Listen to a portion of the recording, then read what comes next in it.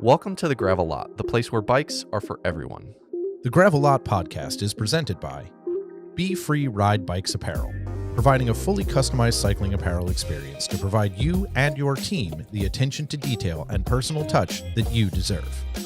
And also brought to you by Grimpour Brothers Coffee, offering handmade coffee roasted weekly in small batches to give you the finest quality coffee to start your day. Choose their subscription service and earn your free bag of coffee. Enthusiast with the most efficient, comfortable, and sustainable bike fit they have ever had. And by the Ritual All Natural Skincare, providing small batch, handmade chamois cream, custom blended for your team or shop right here in Cincinnati, Ohio. Contact us today to learn more. And by Hand Up Gloves. Great gear, better times. Providing a wide range of apparel for bikes, snow sports, and golf in multiple designs and fits to let your personality shine. Our goal with the Gravel Lot is to inspire cyclists of all stripes to ride bikes, share their story, and have fun. We love all bikes and anyone who wants to ride them. So no matter where you sit on the spectrum of bikes, we'll always have a place for you in the Gravel Lot. And now, the hosts of TGL, John Woolry and Doug McClintock.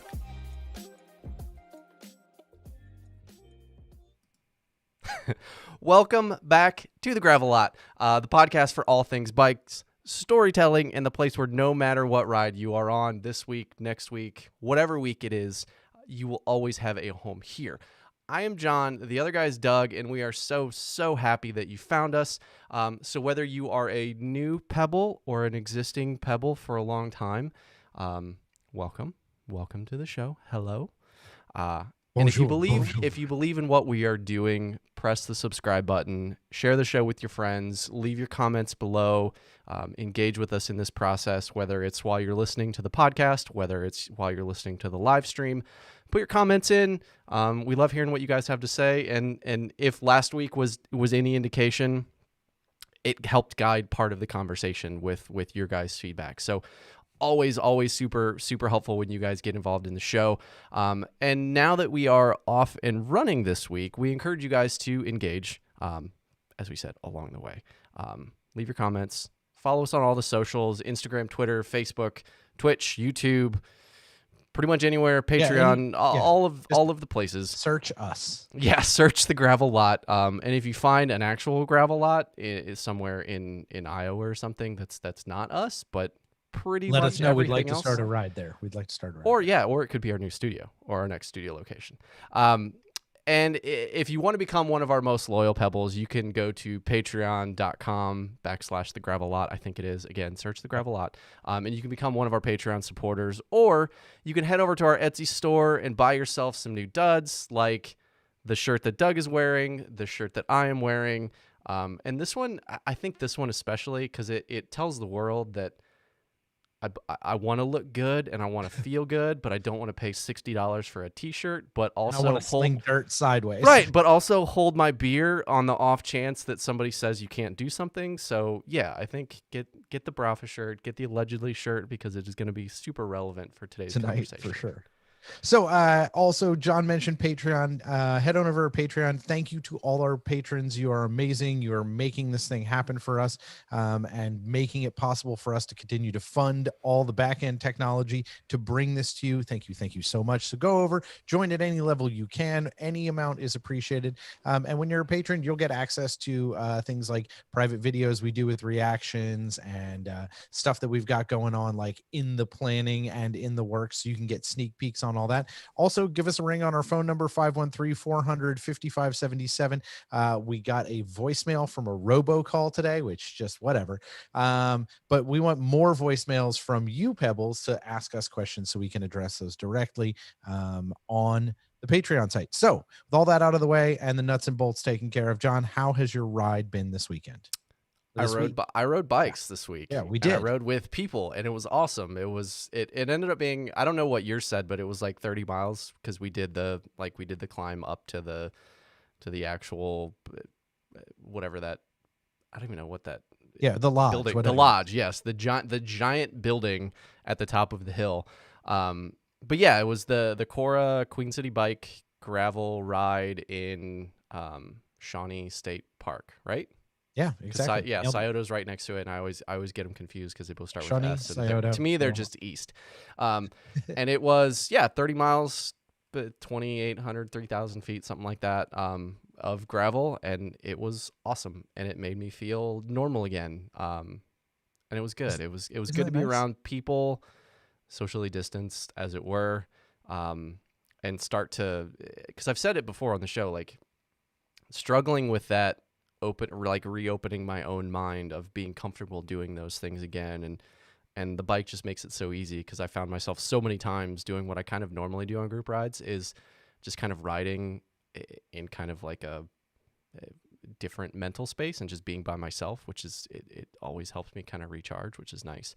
But regrouping at the top of hills, sharing snacks, just enjoying conversation with strangers and new friends and all of that stuff. And it just made me really, really excited to get back to doing that. And hopefully in the future, getting back to riding with you guys, the Pebbles, and just, damn it, just being normal again.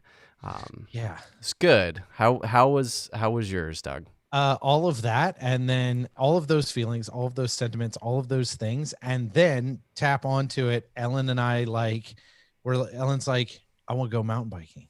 I was like, excuse me, what?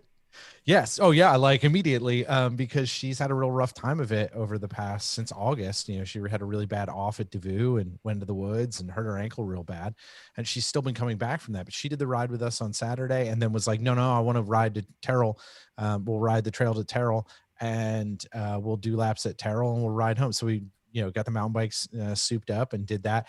And like both of us were like, oh, our butts hurt. This is not made for doing this, riding on a trail. And I'm like, oh, my nuts are going numb. She's like, my hands. And we were like, this is horrible. But we had a blast. And when Ellen got back on the mountain bike, so all of your joy. And then I'm adding that joy to that this week. So that's where I'm at. Yeah. Just joyful from a whole bunch of different. I got to that point. I got to get up Sunday morning and go for a jog with Amanda, which was awesome because it was still being active, but not sitting on a bike again. And it's just like you don't realize how much the trail does bog on you until you're just like, man, I haven't moved in. Why does my shoulder, or my wrist, or whatever thing hurts on you first? Like imagine. Oh, I haven't moved in 14 miles. All right, so imagine doing that from our houses to Terrell and back on basically what's like a recumbent Barca lounger with shock. Like it's not the greatest, It's just I'm like buried down there pedaling forward. Right? Yeah, I've done it multiple times. It does make you appreciate though. Like I was lamenting Saturday night the idea that it was either you were going up really steep or going down really steep, and it somehow felt like the ups were way longer than the downs, but gravity. Math. But like the idea of thinking about that and like lamenting it, but now we're lamenting the flatness of just the same gear all the time. Like give me the difference in terrain and put me on dirt and I'm a happy camper. So it's a good time. The dogs are gonna go bananas here momentarily, possibly. My neighbors are out doing stuff. At any rate, it's been awesome. We've had good weekends. Folks, get your AMA comments in so that we can make sure that we can ask our guest this week some questions, because he's an awesomely entertaining dude and we're super stoked to have him back. So I'm going to bring him in right now. Our good friend, Ian Mullins. He's another returning guest. He is an endurance athlete extraordinaire, but he also, elephant in the room, everyone. If you've looked at your calendar today or been on any social media, today is the idea of maybe an American holiday. And because of that, we just happened to luck out to get our good friend Ian Mullins here. It seemed fitting in December when we got to this week. Like, who are we gonna call? Tuesday is April. It's April 20th. This makes sense. Who else would we call? So, Ian, welcome back. We are glad to have you in the gravel lot. You're in a much more tropical gravel lot than we are, but it's good to see you again. Aloha, boys. How you guys doing? Good. We are doing pretty good. I think things are pretty good here in the contiguous 48. But you guys are getting ready for the hot season. Summertime's coming.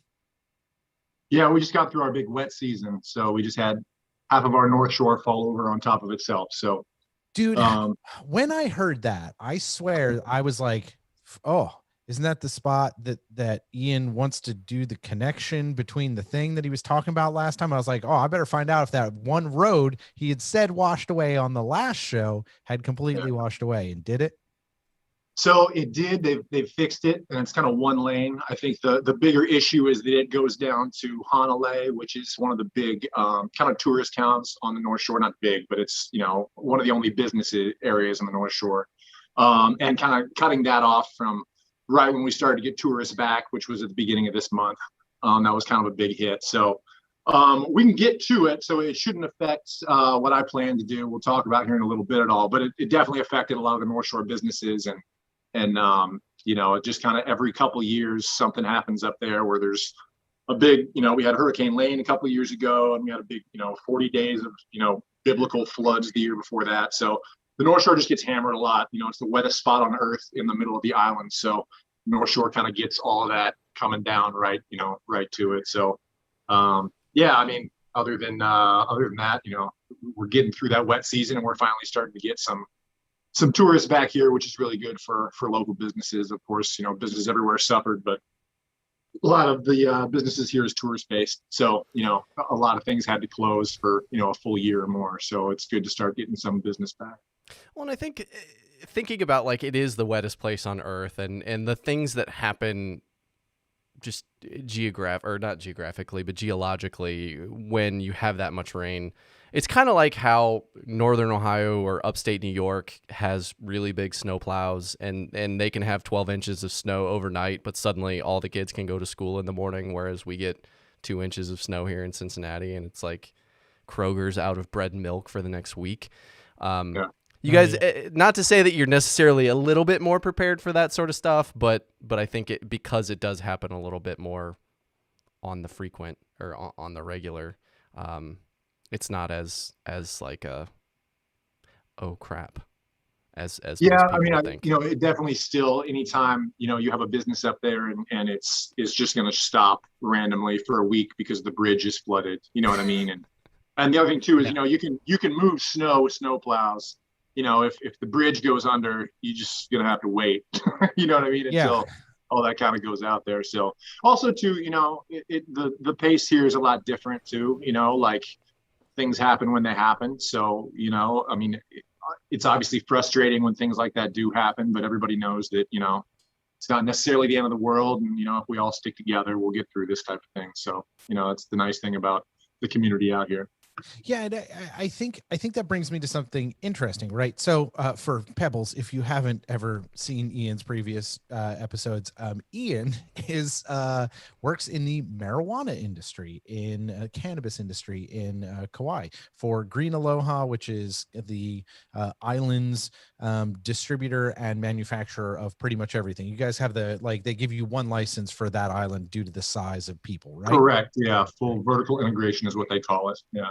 Oh, very nice. That's very sounds fancy for you. It sounds super fancy. But within that, right, you guys have been churning stuff out throughout the pandemic. Like, what has that done to your sales or your business model? Like, what have you seen change over the past year in that space for y'all?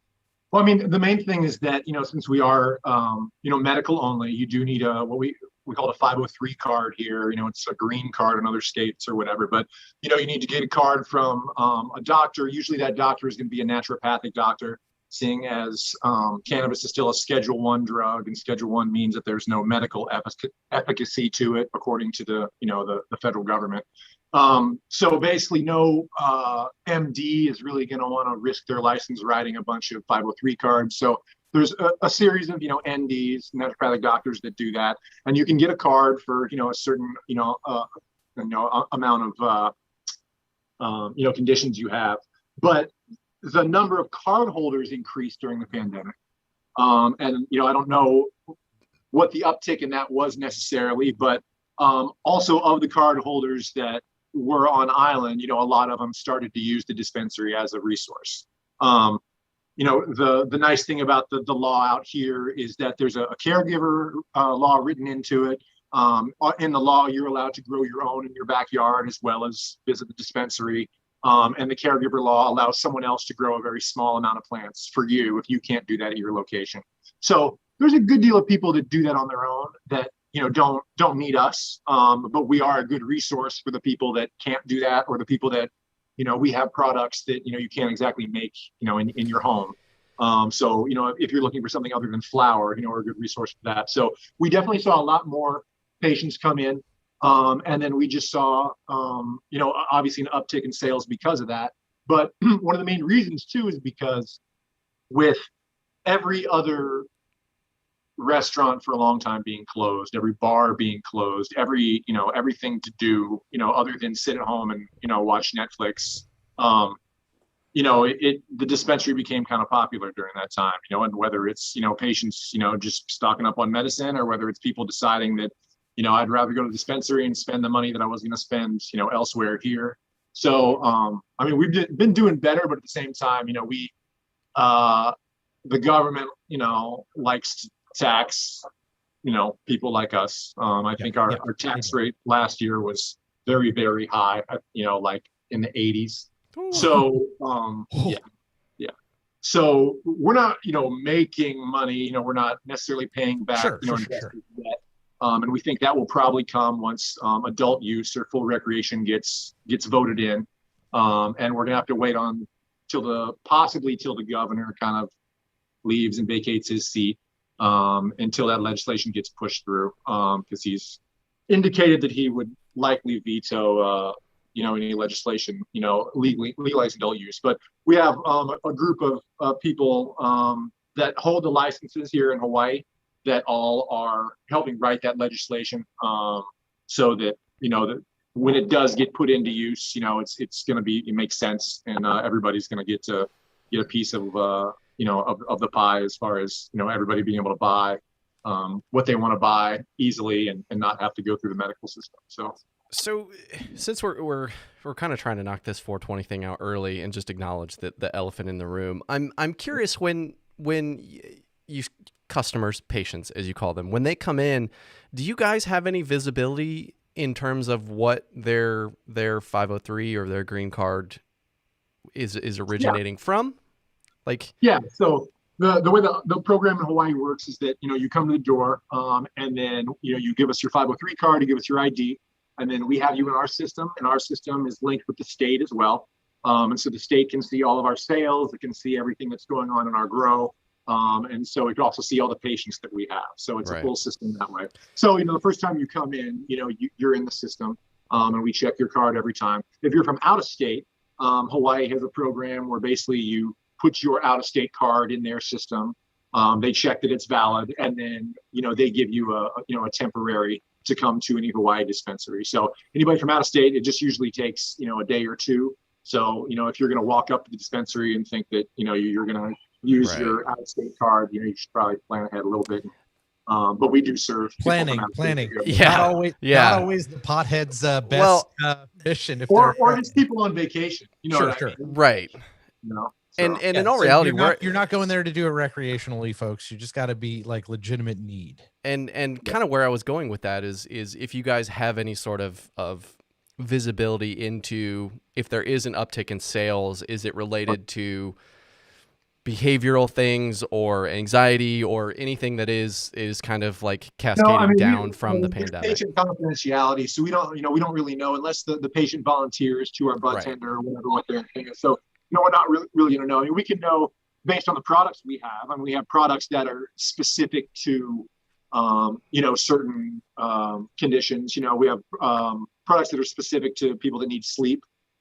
We have topical products for muscles and things like that. So we can kind of tell if we've sold a lot of this or a lot of that, what patients are wanting and needing more of, or what that type of thing. But as far as knowing what each patient is getting per individual, we don't unless they're going to tell us specifically. It's all. Yeah. I think that's interesting, because I think where John's thinking is like, is this like this, we always love to dissect how a market works, right? This is like something that's fascinating, John and I, but like, is this rise in demand people having more time on their hands, or like, I know in my instance, really THC dosed appropriately has allowed me to really manage my anxiety and depression and other challenges that I have throughout the pandemic, and help me keep a better, more even keel. Allegedly. What'd you say? We're still in Ohio. You got allegedly. Allegedly. Yeah. That's so beautiful. We love the tea. Allegedly. But because of that, like, is that the rise, right? And and it's interesting here, like, you could maybe come up with an anecdotal explanation of that, but there's no hard data behind it at this point. I definitely think that, the rise in patient sales during the pandemic, a lot of that was related to the anxiety of the pandemic. You know what I mean? I think there's a lot of people that use cannabis, for any sort of anxiety disorder, as well as, pain management is more difficult when you're stressed out, regardless of what your issue is. If your back hurts, if you have, gastrointestinal issues, the more stressed out you are, the more amplified that pain is. So, whatever you're using to moderate that pain, you're probably gonna, if it's safe, want to turn the dial up on a little bit. And I think we definitely saw, some patients that tried new things that we had. We have a lot, a big product line. So there's a lot of people, trying things that hadn't tried before as far as different delivery systems. And I just think, like I said before, there wasn't much to do. And, maybe a lot of people just kind of switched their pain control from alcohol to cannabis, if they already had a card. or maybe they just decided that cannabis was something they were going to use more of to cope. Which, We did have an uptake in patients as well, so there was more people that actually did get cards during that time. Yeah. which kind of leads me to the question of, as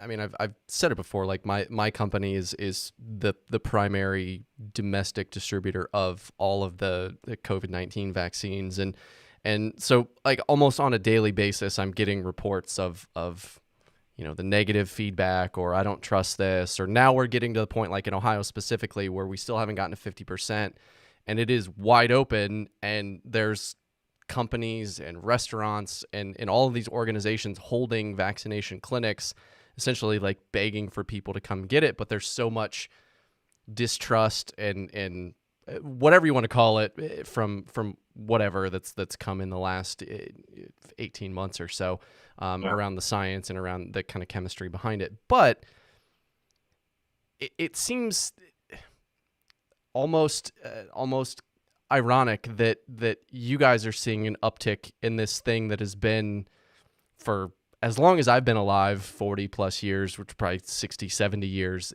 this like highly debated substance that is constantly under duress for what its efficacy is. And you guys are seeing an uptick when there is this like consistent battling of what is science, who should I trust? So it's a weird paradigm that as you're kind of walking through it, I'm just trying to absorb how it all fits together, that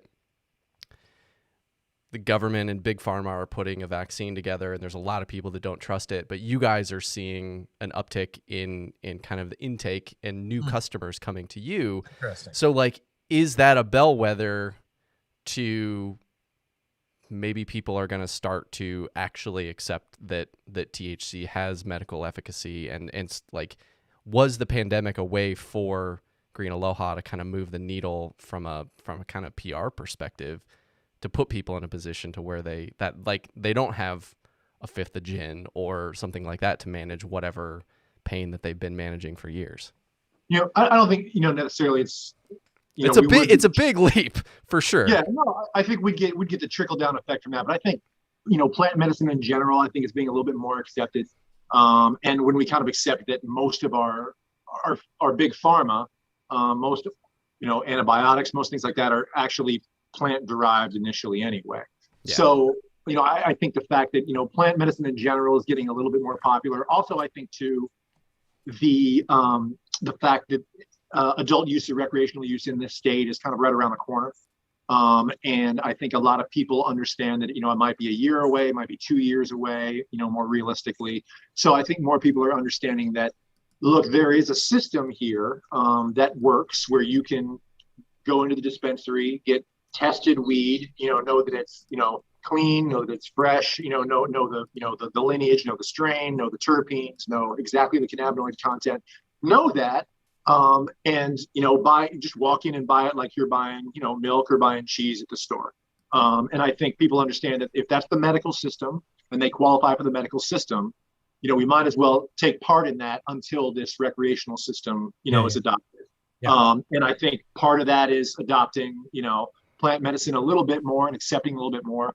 And I think too, it's a little different here than it is, on the mainland, as far as just kind of the population of people that live here, the population of people that visit here.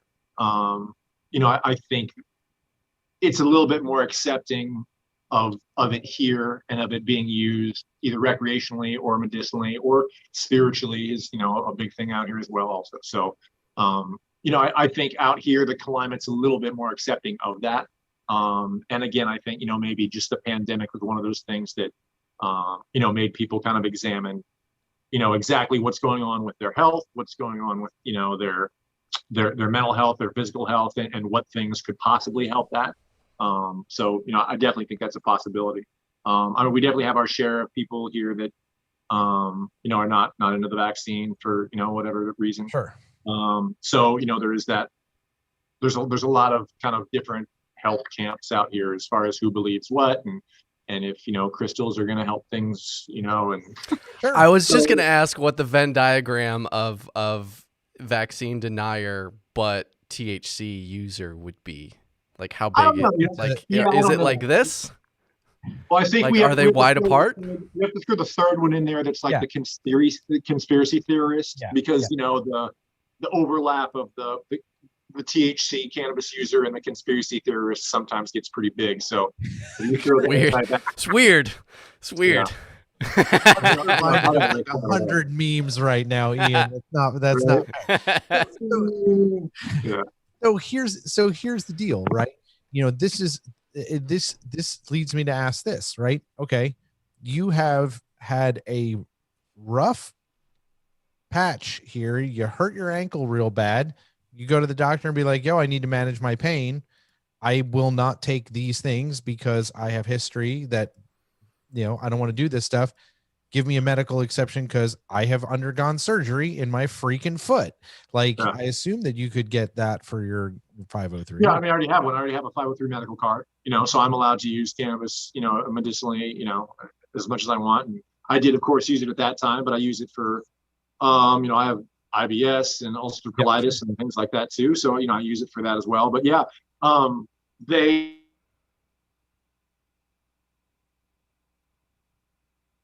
It's a Still like lots of pain, but recovery that you kind of want to be a little bit in tune with what's going on rather than first walk us through for your treatment for whatever you were taking IBS and ulcerative colitis to yeah. So, I know he's time to going to wake be up. doing this. So, yeah, so remember, I think it might have not been last, you know, kind of trail running and getting into trails, biomechanically sound person to be doing trail running. You know, here is real, you know, you got to real pick your steps and be light footed and whatnot. So I was kind of test running that Colorado Trail, which is part of the Monomiles project we're going to talk about in a minute, where it's basically 12 miles from the very island all the way to basically Colorado Beach, kind of out and backing that. Rolled my ankle really home, and then was kind of a great ride. Went recycling out and just kind of stepped on the, you know, it was my fifth metatarsal, which ankle, because the tendon that comes around there. So running, and that's what we're going to go with. Yeah, right. You want to tell everyone about the story? Don't, but Yeah, but there's anyway, a delay. so, We'll just hop in the they'll hop in I- the DeLorean and fix it. It'd be fine.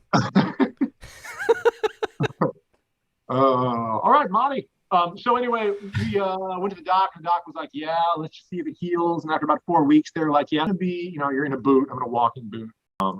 But yeah, so I broke that. So I was kind of worried that this whole project I had planned was gonna be kind of thrown away. But I actually just did a big trail run yesterday that I felt really good on, and you know, got some good, like, you know, running PRs and stuff. So I feel good enough that when the time comes that I got to go do that after Thanksgiving, I think. So that's not bad. Like, you're back at it pretty quick and like getting the training done. Like that's pretty impressive. Like, a lot of people, you know, I mean, injuries can last a long time from that perspective, but I guess, you know. Yeah, I mean, I did a lot of rehab. My dad, you know, was a PT, and he's also was a athletic trainer for a while. So I kind of have a lot of that, you know, stored, and I have, you know, a muscle stim machine and a bunch of different diet changed a lot of time during that, because, you know, yeah, we tried to dial it in as best we could, you know, MCT oil, and then it's cannabis extract, which is usually a distillate, and then some CBD that we also, use. So when I had ramping up both the THC and kind of get through the, you know, just the dull pain of, you know, so trying to get to sleep when you have that, you know, occasionally, but traded so you can just spray under your tongue instead of using opioids. Right. To make you a sedentary, always available to everybody, right? Not every state has this availability. And you also like have an extra like level of understanding about what you're doing, that like, okay, this is what happened. This is what I need to do, all the science. And you're able to like be like, I know what my body needs. I think that's a tremendous piece of awareness. And I think what's about that is the end result, which is you said, nah, this thing that you were like, I'm going to put this plan together. We're going to do an event. I don't know what exactly, but it's going to be a circumnavigation of the island of Kauai in multiple like triathlon sort of format. And you were kind of hashing it all out. So tell us a little bit about where you're at with that project and what it looks like. I know you've given us the name. It's called Monomiles, but like, what is that project and what has it turned into now? Sure. So, it's something, like I said, we've been planning for a while, and I didn't know who was gonna come do it with me. I'd asked a few people, and of course, with this pandemic, nobody's going anywhere for a while, and so that all kind of had to get put on hold. But I wanted to share it with somebody that was going to appreciate it, and somebody that was going to kind of reset a little bit, because that's kind of what I feel this might be. So, TJ Eisenhart, the former national champion, I kind of was talking to him about it, and he said, let's go, let's do this. So we kind of got the route dialed in, and what we're going to do is, initially we were going to do, it's called and it's on the Big Islands. And it basically sounds dumb. Crazy, like 17,000 foot of elevation. It's like 80% off road. It's a crazy route. And I wanted to do that. And I still plan to do that, just not part of this project. But I kind of wanted to make what we're a little bit more unique than before. But this being kind of special, that I to see some really really awesome things one day. So we're gonna go basically starting Mauna Kea to the top. Come down. It'll be dark. We'll be able to see the sunset from on that first day. So and that's on the episodes of Top Gear, and they literally drove close enough to where they could like catch new Earth as it was being formed. Like, are you going to be within like it's 40 degrees hotter because we're so close to the actual mouth of it? No, because the observatory road that goes up, it doesn't really like the dangerous crater bubbling or active. You know what I mean? It's This is not a just truckload of. As you well know, there was the whole controversy of them, wanting to build the one on top of Mauna Loa, and this. So I feel like kind of going up there, and kind of just recognizing that whole situation and being able to see why that's such a sacred space up there, and the sense of the volcanoes on the Big Island. Then we're gonna go to Maui, and we're gonna there's one volcano on Maui. It's not active. It's called Haleakala. And there is we're going to hit that, and ends up being on the, and then the third part of this, we're going to take a day, obviously, basically Kauai being on the, and then the third part of this, we're going to take a day, obviously, basically Kauai is kind of a circle, there's no road on, it's called the Kalalau Trail. And it's just ridges and, beautiful, if you look up, Kauai on the internet, you're going to see, pictures of this from the ocean. And there's no road up there. The only way to do it is either by boat or this trail that's, 12 miles and a bunch of feet of earth and everything like that. So what we're going to do is we're going to start on the beach. That's the westernmost beach in the United States, called Polahali Beach. And we're going to ride. There's a 5-mile kind of gnarly dirt road. And then we're going to ride all the way around the island on bikes, which is going to be about 80-ish miles or so. And then we're going to get to the Kalalau Trail, and we're going to hike and trail around the Kalalau Trail, those 12 miles. Kalalau Beach, which is one of the most beautiful beaches. Like the beach there at Polahali is considered where the souls exit in Hawaiian legend. And so kind of from there and coming back to there, kind of is a Hawaiian intense energy there. And out here, and it's TJ, and seeing what TJ's been through, as far as he still loves the bike, come out and kind of feel the energy out here too. Volcanoes and circumnavigate. Well, we're gonna do a web series. We've already filmed kind of a teaser, and we've got some partners we're gonna announce here soon. We're not quite ready to, but we're able to web series it so you guys be along there with us. Get to see all the all the good thing in there that finding we had you on when we we talked about, but we really didn't dig that far into your kind of recruiting life looks like. I don't think Chris and I wouldn't be as happy, and I taught kindergarten and second grade for a number of years, so I found a lot of purpose in that. And I would probably find myself doing something close to that if I was in the right headspace to do so. Yeah, I mean, I wouldn't see myself as happy knowing that there's a lot of people that are helped by what I do. Just, riding around the jungle. And but day 3 of but you said 80, like in terms of mileage and elevation, because I mean, for anyone that's climbed the volcano in Watopia, it's not really a big climb. It's not like climbing an actual volcano. So I think this is where like What do those days look like in terms of distance and total? Kind of position on the Big Island, Mauna Kea is, if you go from the one side, it's like 42 miles from sea level to the top, which is, pushing 14,000 feet. So pretty much climbing the whole time. And then about 12-ish miles. So the first day is going to be a little under to 20,000 feet, depending. I haven't done the final section of Mauna Kea, so I don't know how 1,000 feet, depending. I haven't done the final section of Mauna Kea, so I don't know how. But I mean, it'll be like too fun. Whatever. You know what I mean? Look, you've got a buddy with you. It'll be as fun as it'll be the most horrible fun you've had. Well, he'll be with me, but by with me it means like he'll be 5 switchbacks up because it's TJ, and you know what I'm saying. It's not like so. Like you guys are gonna hang together. He's just gonna tow you up. That's what he said, right? That's in the contract. I heard it here. That's in the contract. I heard it here. Just say was like, there's sections where we'll be together, and I have a feeling they're the flat, windy sections where he'll be behind my semi truck 6'4" ass. See, this is me and It's John. funny how that works. Me and John, it's weird. This is how our relationship works. Like I just duck behind him. Which I'm fine with. That's what I'm built for, is being the billboard that you ride behind. So. This weekend we were out riding, and a big diesel truck comes by and passes the little group we had with us, and John just pops out of the group and turns back to me. He's like, "It's my people. It's the sound of my people. It's the sound of my people." Yeah. Right. Okay. So that's, yeah. So first day is about 80-ish miles, and about 18 to 20,000.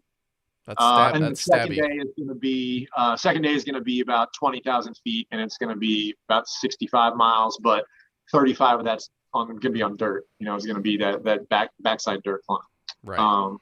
And the thing is, I'm not trying to set any FKT here. Like I'm not, this isn't like let's see how fast let's see if we can break Phil's record up for that. I mean, we're not, I'm not trying to, set any KOMs here. Like this is for the experience of doing it, and in order to make it something that, is going to feel not necessarily competitive, but feel worthy of us doing it, it has to be kind of gnarly. You know what I mean? Like, yeah.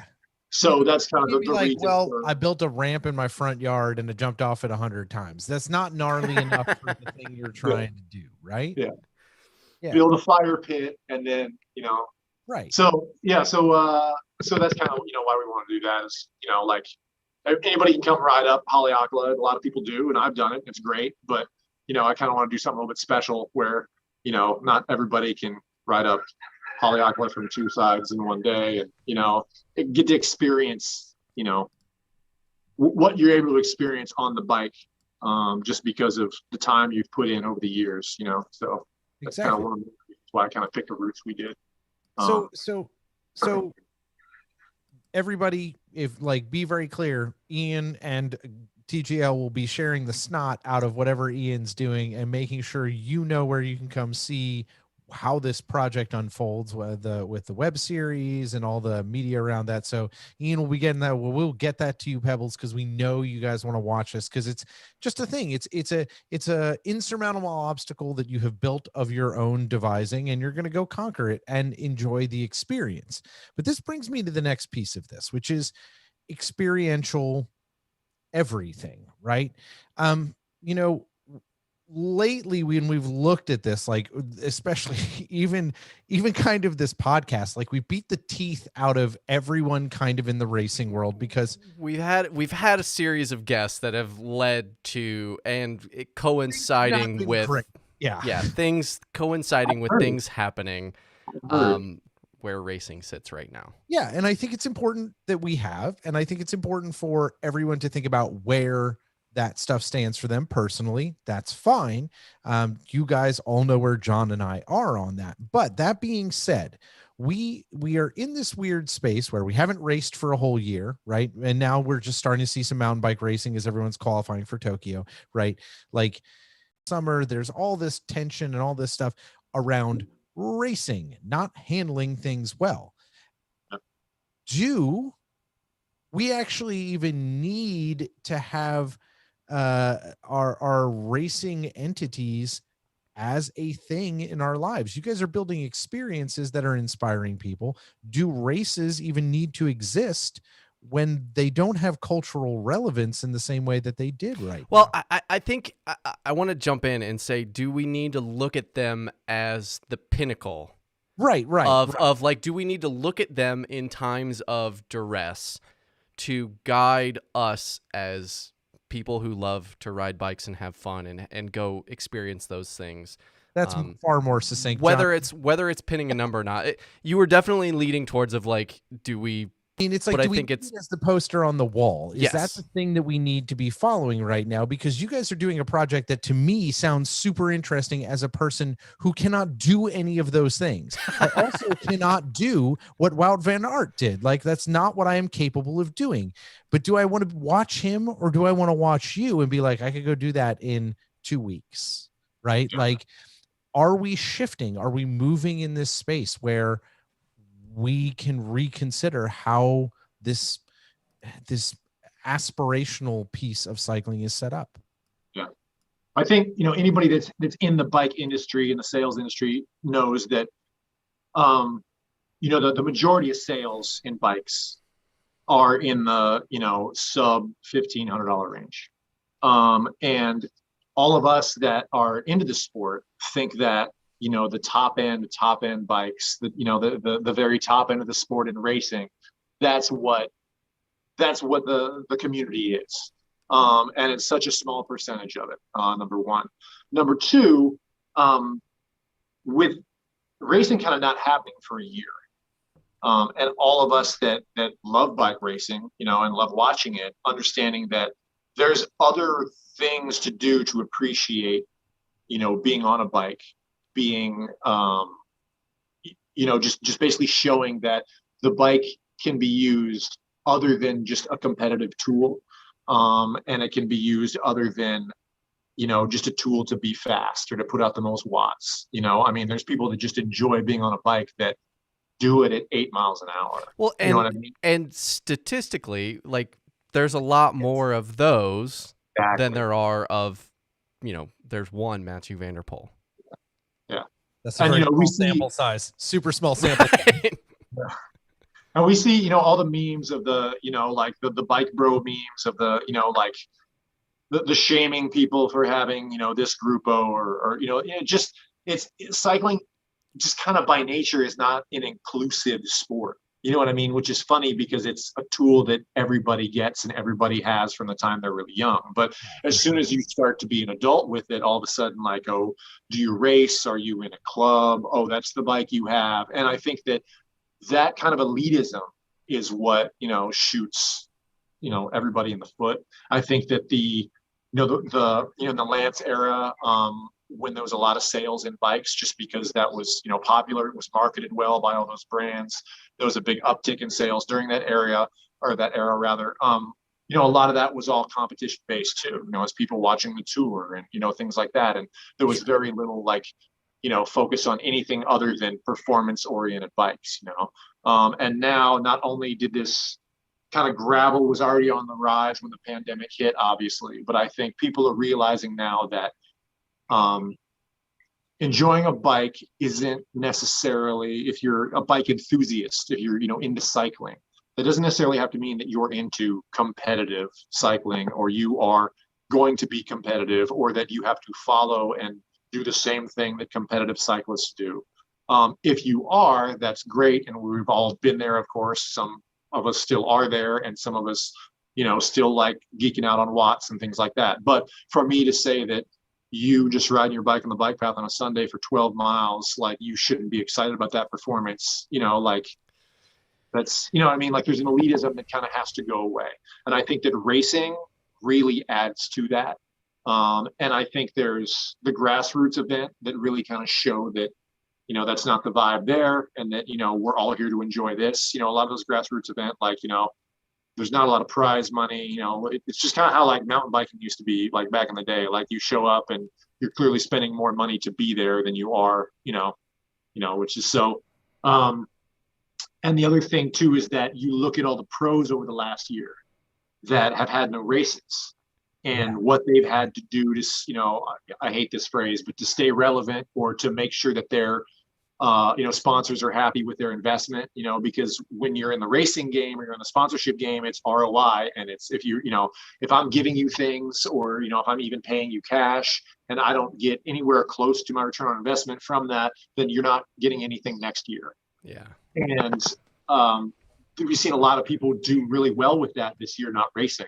Like I think, Payson's done real well with that. Payson McKelvin has not only had a great podcast, but has done a bunch of good, like video content, stuff like that. Done some projects that, he's filmed that are not related to racing. And it really got me thinking that why can't pro cycling, and I'm not talking about pro tour cycling, there's a place for that, and pro road racing, there's a place for that. But pro cycling, pro endurance racing, why can't we go kind of the surfer model? Which is, there is competitive surfing. There's, the World Surf League. There is that tour.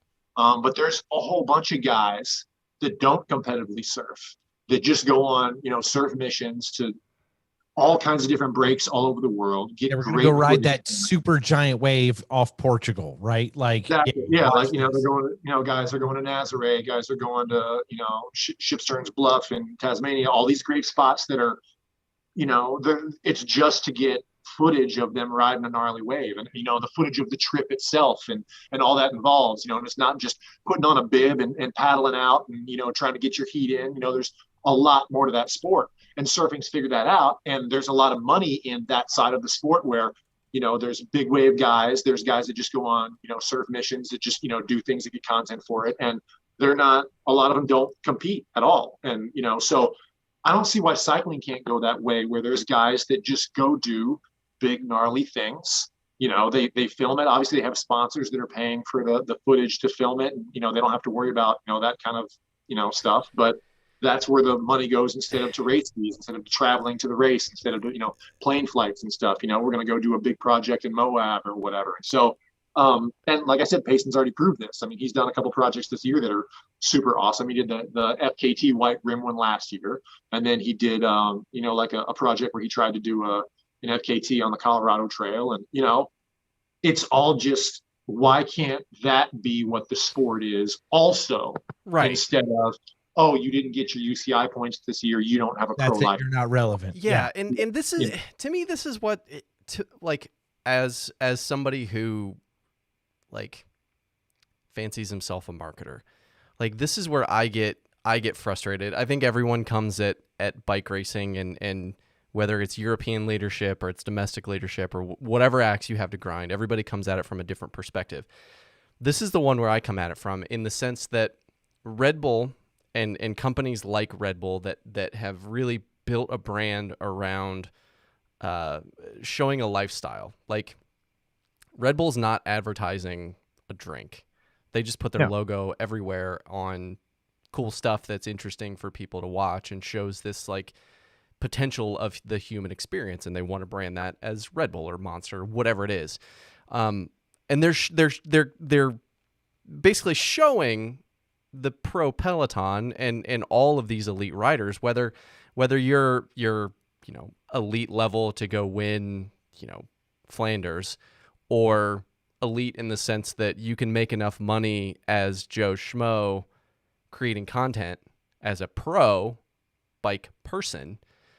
Like, they're clearly showing that there's an avenue for that, but cycling is so stuck in, this race is on this weekend, this race is here, this is how you get this is how you win the bike race, and it's not TV friendly. It really is only talking to people that are already dyed in the wool. And what's worse about it is that the minute somebody gets into this is my discovery into cycling, is the minute you start to be like, okay, I want to take this more seriously, suddenly you start falling into all of those traps, because the Treks, the Cannondales, the insert brand here are all advertising that. It's the only thing presented. That is what you're rowing towards as like the entry level. And I've ranted on this hundreds of times on this show now. Like, the entry level bike from Bicycling Magazine or Velo News or somebody like that is like $2,000, and I was fresh out of college. It's like, I have $700 of disposable income and I can't be a cyclist because you're telling me that I can't be a cyclist. But if you have somebody like a Payson or hell, Doug and I, like doing, a 28-mile ride that effort-wise, pretty comparable. I mean, you're out longer, but it's kind of the same effort as doing a 5K. Like, that is something that a lot of people can go out and do, and it's a lot easier to relate to that, and it's a lot easier to relate to doing something like you're doing with Mono Miles, because anybody can go do those things. It's not everybody can go line up and toe the line at Flanders because they would, like, that's not the way that things But I work. mean, the thing too is that I think there is a place for that stuff too, because everybody loves watching pro football. Everybody loves watching, pro basketball. And, I love watching pro cycling, knowing full well that, like I'll never be at that level doing what those guys do, but watching them do it that well is just captivating. So there's a place for it, but that can't be the model for the whole sport. Correct. Like it doesn't make sense from a sales perspective.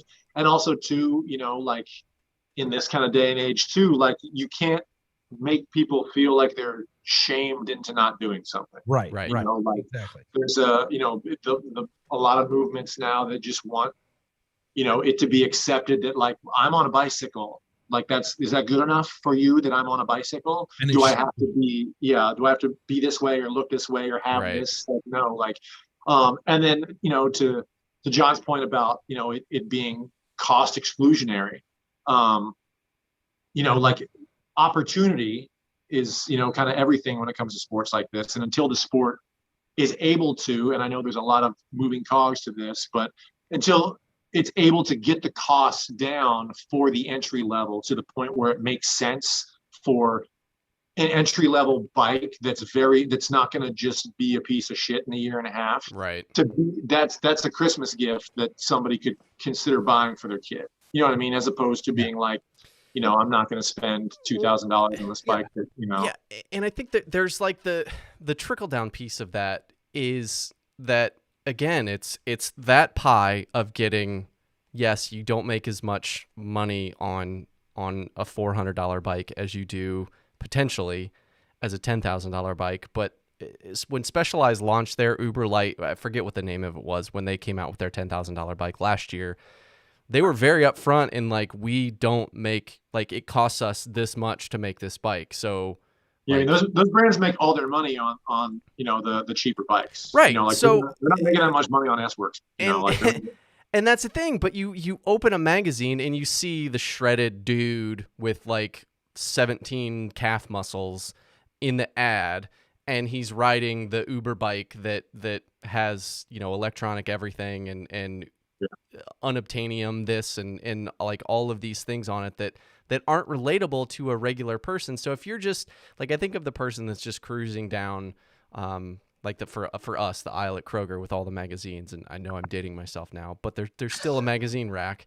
But like being able to flip through those things and see yourself or flip through Instagram and see yourself on a bike and doing something, even like you said, even if it's like, I did this 12-mile ride on my local trail and there was 100 feet of vertical climb and I did it. And why, like, I just don't understand why it is this uphill battle to get those people that are putting out that content to be at least somewhat supported in the same way that the Pro Tour teams are. And you just hear all of this lamenting about, we don't have money to spend on funding this or funding that. John, but it's like I'm just thinking about like, John, it's because old white men control I think it's just what old white men want to see. It's the competitive nature of how the sport's been marketed in the past. So the sport's been marketed in the past as being only competitive, or the best bike is the bike that you compete on. Right. You know what I mean? Not the best bike is the bike that you could go do XYZ on that's never going to break on you, that's lightweight, that still, is able to tackle this, and this, and you can put a basket on the back for your groceries. Bro, the best bike is the bike that's underneath you. Yeah, I mean, there's that too, but, as far as marketing goes, marketing needs to get away from it being the best bike is a competitive bike as opposed to, like if you look at Le Mans new bikes, they just came out with a line of bikes that are e-bikes. It's a rear wheel e-bike. I think the whole bike itself is 27 pounds for an e-bike, full carbon, but it's like a city-ish bike. Like it's not a competitive bike. Like there's no way to mod that out to like go on a road race. You know what I mean? And so the goal of this bike was to make the highest performance, commuter city e-bike that, and that's what the market needs to be going towards is if you're going to spend thousands on a bike, there has to be a purpose other than these are my race wheels. I can't go. Yeah. Why would I commute on my lightweights? You know what I mean? Like there's $6,000 on my bike right now on these wheels, like race. You know what I mean? Like it's ridiculous that we think the rest of the cycling industry and the rest of the consumer industry is going to adopt that and be like, well, I should probably get some race. Totally normal. Yeah. So do you see this getting to a point where we're kind of having a hybrid system of how we communicate, right? Like just like anything else, everyone every 4 years, or pardon me, every 2 years, like kind of every 1 year this year, the Olympics, right? Everyone's like, that's cool. Those people are the heroes. They're the pinnacle of this. Do you see that we will have like the people who follow the Olympics of cycling, which is the super, super pointy end, as well as this hybrid system where we're supporting other stories in cycling, like John said, about where people can see themselves, whether it's, these kids today getting hemmed up in Perth Amboy because they were doing wheelies. Like we need to be telling diverse stories and talking about the pointy end of the sport. We can't just do the pointy end of the sport. We have to share this other space. Do you see us being able to get to an equilibrium, or even if it's not equal, a balancing point where we're handling this in a way that brings people in and lets the people that want to filter to watch F1 watch F1, but the people that just still like, I want my Camry to run today, can still enjoy driving a car, right? So you brought up an interesting point with the Olympics. So basically all of our national federations, we talked about this a little bit before, but USA Cycling, it's very Olympic driven as far as, their model, all these national federations for all these different sports, triathlon, archery, they all have federation. Ours, USA Cycling, it's all kind of built under this Olympic model. So all of our competition in one way, shape, or form, especially at the top, and is to kind of filter into an Olympic program.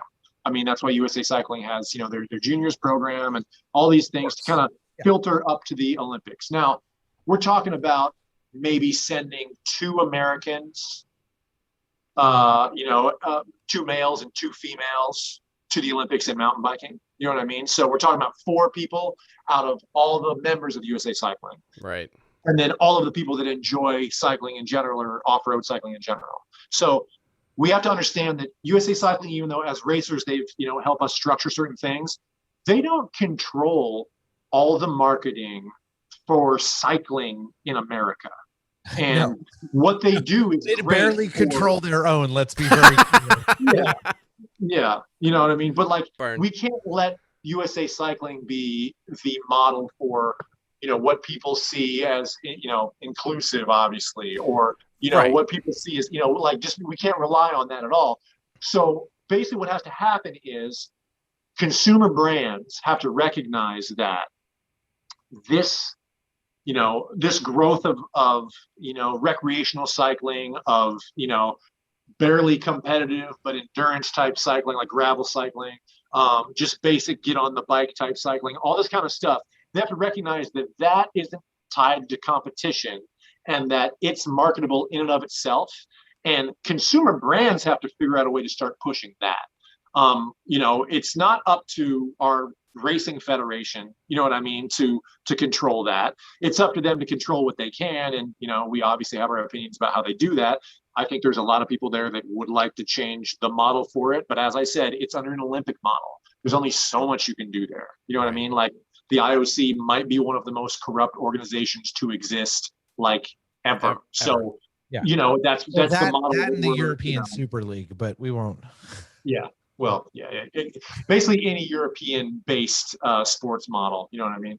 But yeah, I think it has to be a consumer-driven, or at least a consumer-marketed thing where cycling has to be encouraged as this thing that's separate from racing and exclusionary, whatever. And I'm not going to put any of these programs that are trying to make racing more exclusionary in and of itself, or trying to get in and do things that are different than, what racing is seen. Right. And, like Rashan Bahati tried that, like 10 years ago. And he put together a big old team and he kind of didn't get the response that he needed. And I think that was a big, a big sign that, not only is cycling kind of a big, club that they have to let you in. But I think there was still, brands that were afraid of what that meant, and I think that's a lot for what cycling is that there's brands that will steer clear of things that aren't status quo, that don't look the way they should look. And this is what's intriguing about it is you mentioned Bahati, and I would argue right now that Vaughters with EF Education Cycling is doing some of that work as well, of trying to move the needle. And yeah, they race, and yeah, they have the super skinny guys, and they have, the funny jerseys and the funny helmets and things like that. But I feel like all of those are purposeful things to almost rattle the cages of the powers that be within cycling, of like, no, it doesn't have to be a white helmet and white socks with white shoes. It can be something fun and have urban culture and have these other things that are coming from other parts of the globe, because cycling is apparently like a world sport. But also allow his riders to go do adventure rides and go do, Unbound and go do these other big experiential rides. Because, I mean, hell, with like, what's the point of having all of that fitness if you just go get your head kicked in as a stagiaire or a person that goes and gets water bottles, but you have an opportunity at some point in the year to go be competitive in a race and use that fitness for something. Like, it seems so, like, even within that, it seems so exclusionary. And I applaud him for leaning into trying to find new ways to make cycling relevant beyond the professional peloton. But even, you and I were talking about it last night on Instagram, and for anyone on Twitter that's been following, like, Jonathan Vaughters has been lamenting the kind of organizational mafia that is the UCI and kind of the elite level European cycling that it just doesn't want to change. Yeah, he's been doing that for so many years. He's had to every year get millions of dollars together. Yep. To fund his team. I mean, think about the amount of money that Vaughters has had to raise over the year, the millions of money. Like, what's so why is he still needing to prove this over and over and over? And then also too, he's got to understand that people want to give him money so that he sends a team to the tour to do well or whatever. And he's slowly figured out that, look, I will get more for your money if I have a more diverse group of riders that do all the races, not just the 5 big ones, that do stuff outside of racing as well, that are personalities. They're not just, talking heads behind the, just so, I mean, he's had a really good job of getting a group of riders together on that team that not only are great racers, but, he knows you can't field a Tour de France winning team like every year. That's not a doable thing. So if you want to keep your sponsor money, you got to diversify, so that's pretty much what in that system. I mean, he raced in it, in the 90s. Like, imagine being part of that system for this long, it's exhausting. You know what I mean? Like, it's no wonder that he's neck deep in wine all the time. Well, I mean, and I don't blame him. I mean, it's kind of one of the things you got to get through whenever your job sucks. So if this model is broken, does the old win on Sunday, sell on Monday, does it matter anymore? Or is there still any credence to that? I think there's always going to be a place for the way things kind of were/are.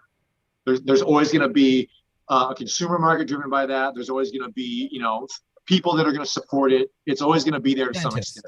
I think what we're talking about is not only trying to widen, the audience that we have as, bike enthusiasts and people that want to use the bike to, for all kinds of different means.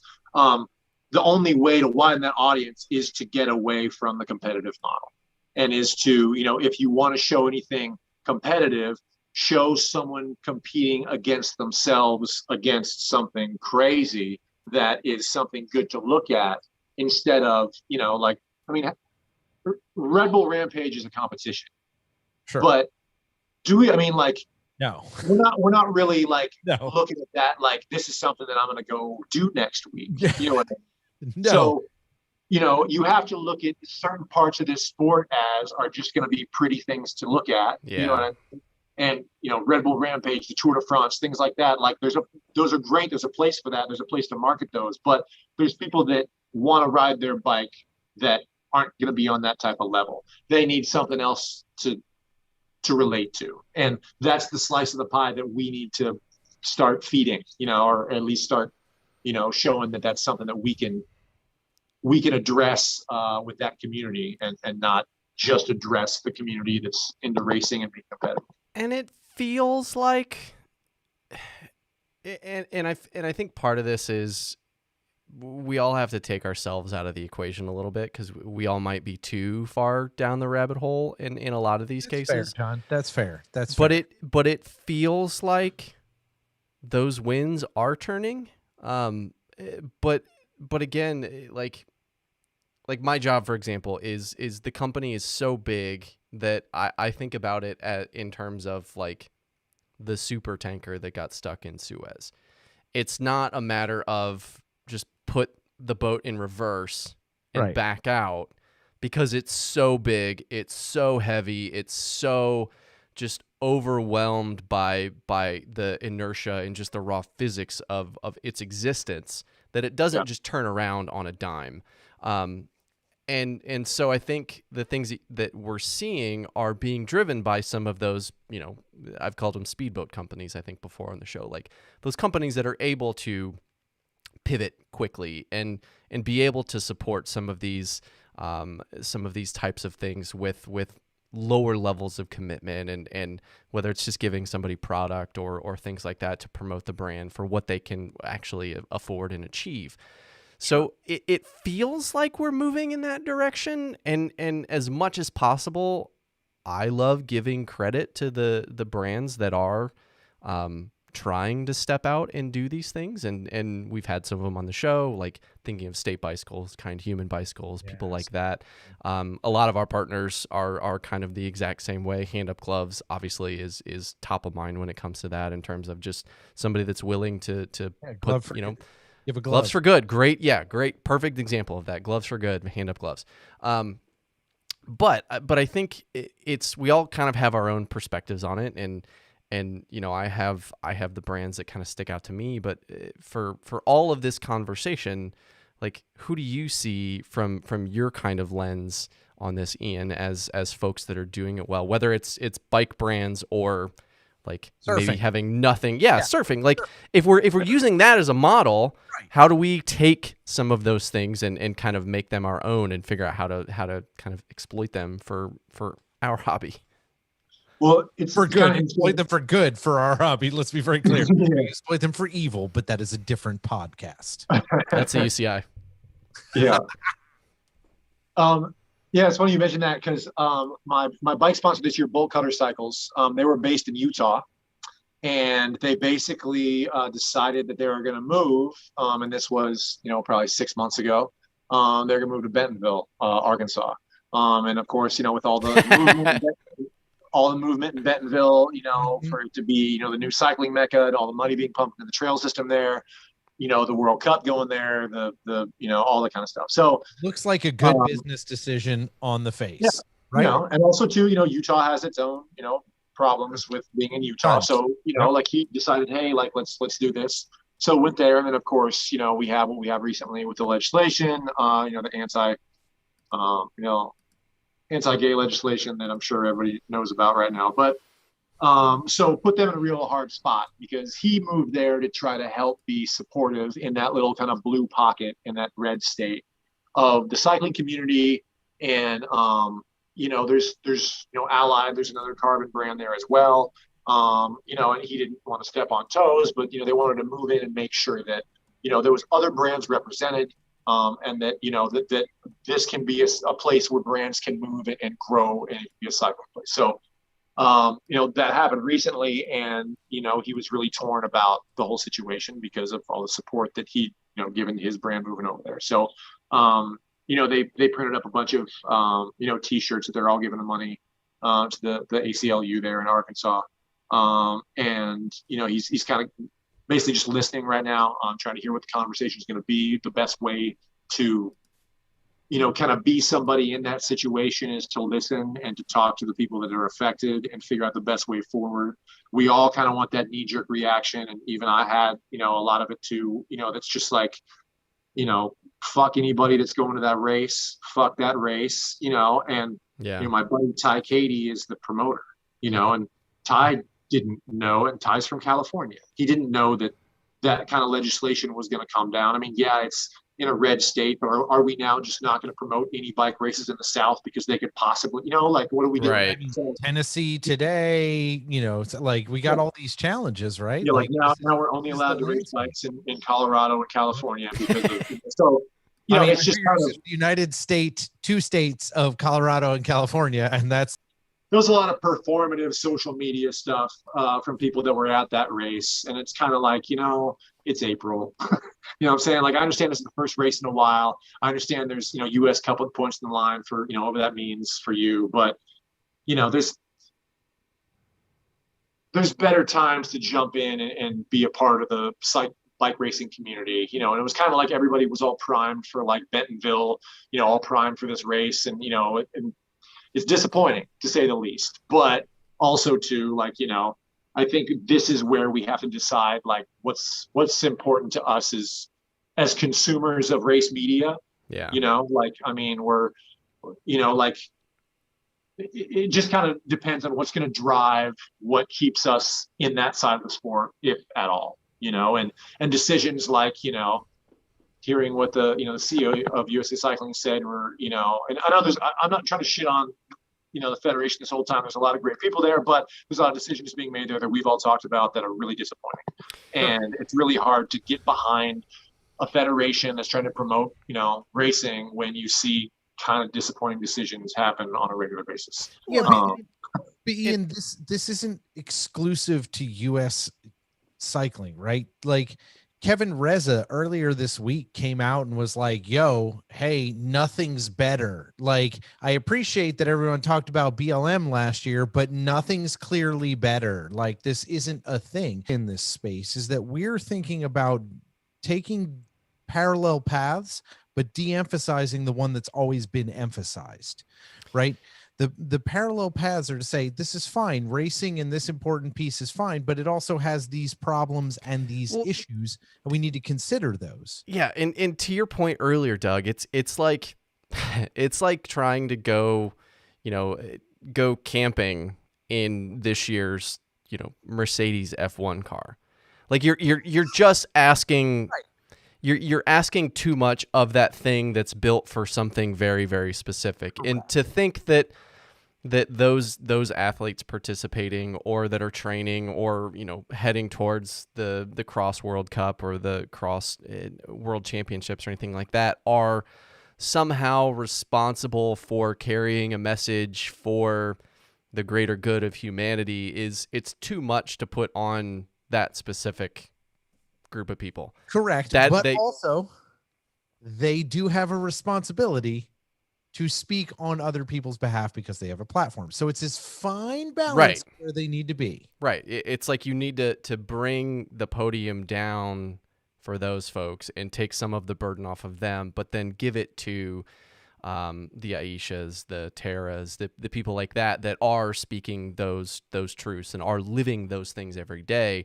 And that to me is where I get a little bit lost in all of this is it's so you search for any sort of news media for cycling, and it is so racing heavy, and the responses are just so driven towards that pinnacle of performance that it drowns out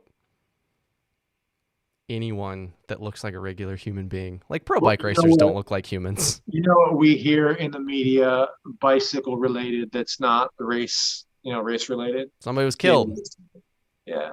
Anytime a cyclist swerves in front of a car and they were killed, because that's always what happens, is the cyclist's fault. Right. So, we have a very negative view in the media of cyclists. There's a hilarious Instagram account called Shithead Steve that has this ongoing meme war right now with like cyclists being on the road, you know what I mean? And just like horrible memes about maiming cyclists that are driving the road. And then you look in the comments and it's just war in the, ironic trolls, like, and people that are in there like, this is horrible. So, and it's just like, this is where we're at with things, is that, it's like, there's cycling has become more of a divisive thing than something that brings people together.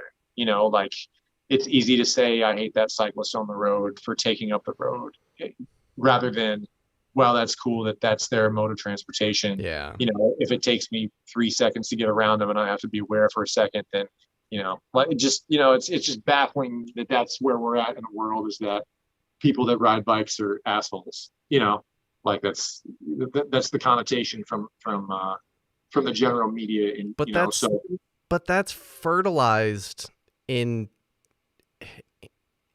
somehow, whether it's that car had an experience with a cyclist that was being a dick, or like that it just doesn't come organically. Like those things are being harvested. Like you guys have probably experienced it too. Like, or anyone listening to this, how many times have you been on a ride and had somebody yell, "Get off the road, Lance," to you? Hold on. You know how you learn that behavior?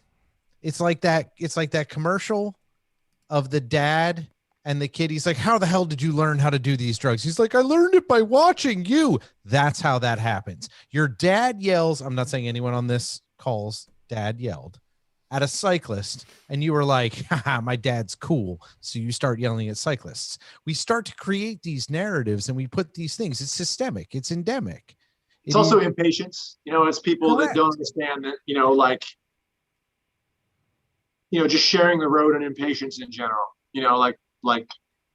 that's a big part of this, is that, if you see someone that's preventing you from getting where you need to go and they're not in the same vehicle you're in, there's immediate resentment. And then it just stems from that. And there's a whole culture behind it. Especially when someone when you are being told that, hey, these people do not belong here.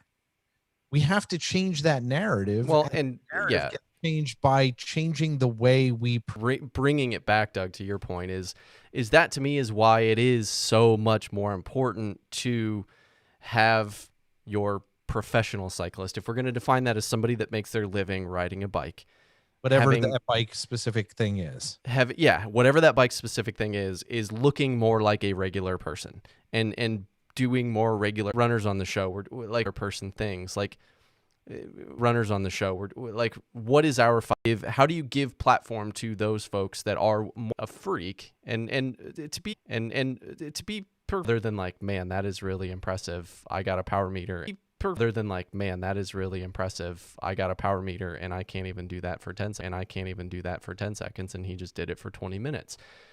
Like, thinking about it from that perspective, it's like, cool, if you're already in the sport and you already kind of understand what some of this is, pro cycling is incredible. It's romantic. There's so many things about it, to go right and then an immediate left into the parking lot. And she was taking the right-hand lane, and the guy next to me in his Camry just beside himself, rolling down the way. And she's like trying to rationalize with him, and it's like fire and make it worse.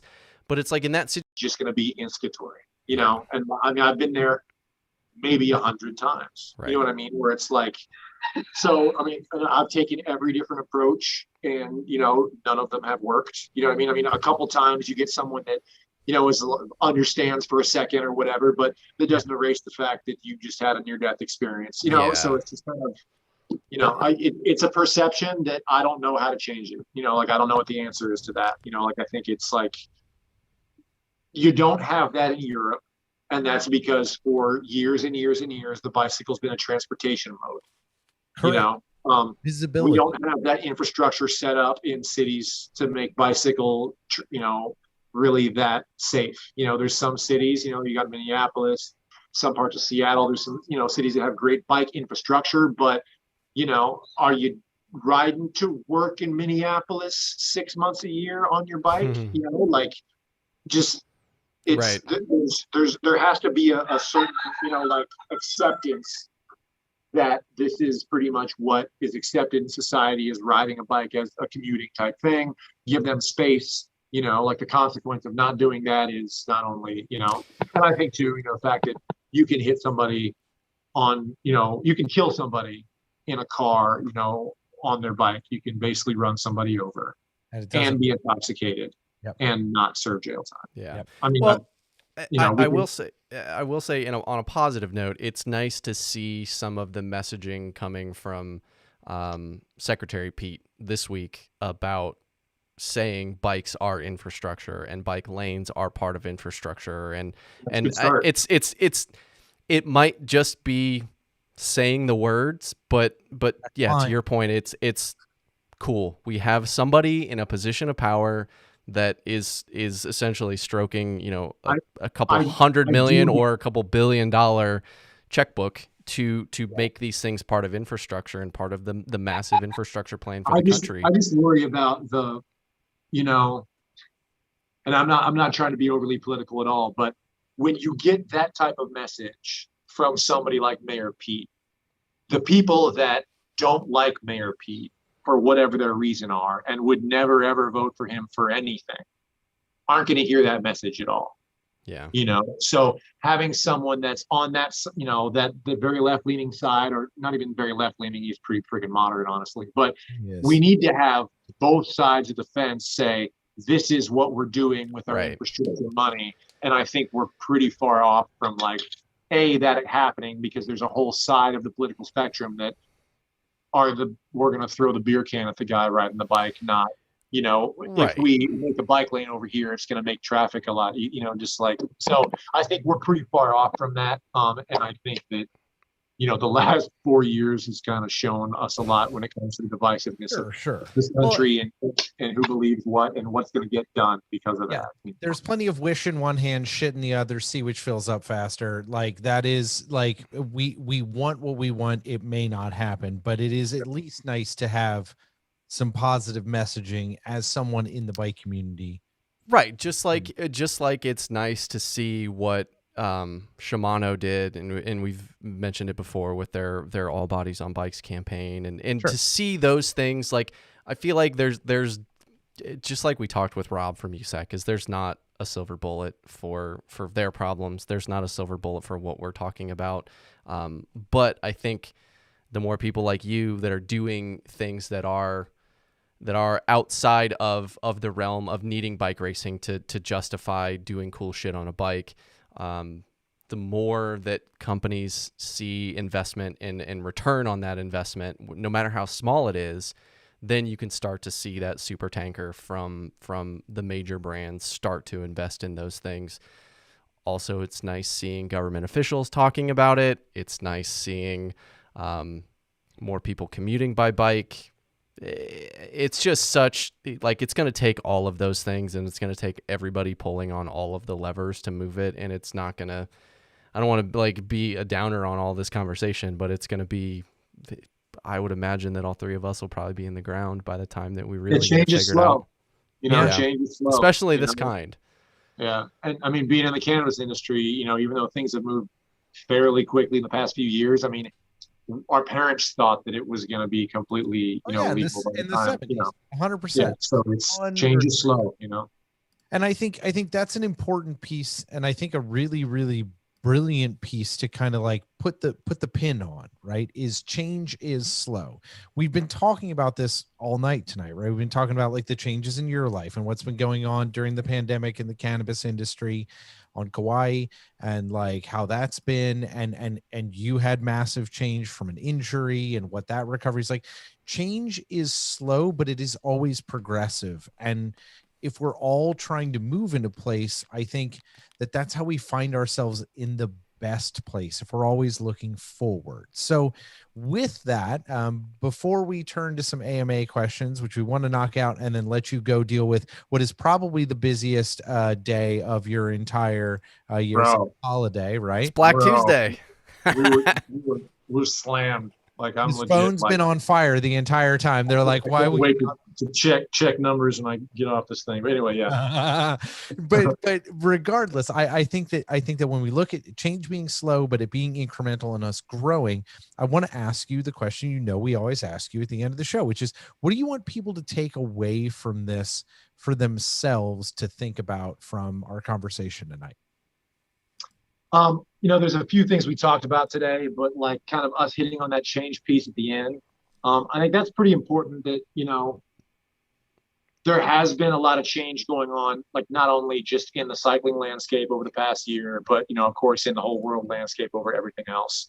But, since this is, a cycling podcast and we're talking about how it relates to us, as far as that goes, I think that adapting to that change, is really what's going to not only keep you happy, but it's also going to make sure that things are going to we're in a whole period of change right now. And not to get into a whole thing, there's a book called The Fourth Turning that basically said every 80 years we go through a cycle.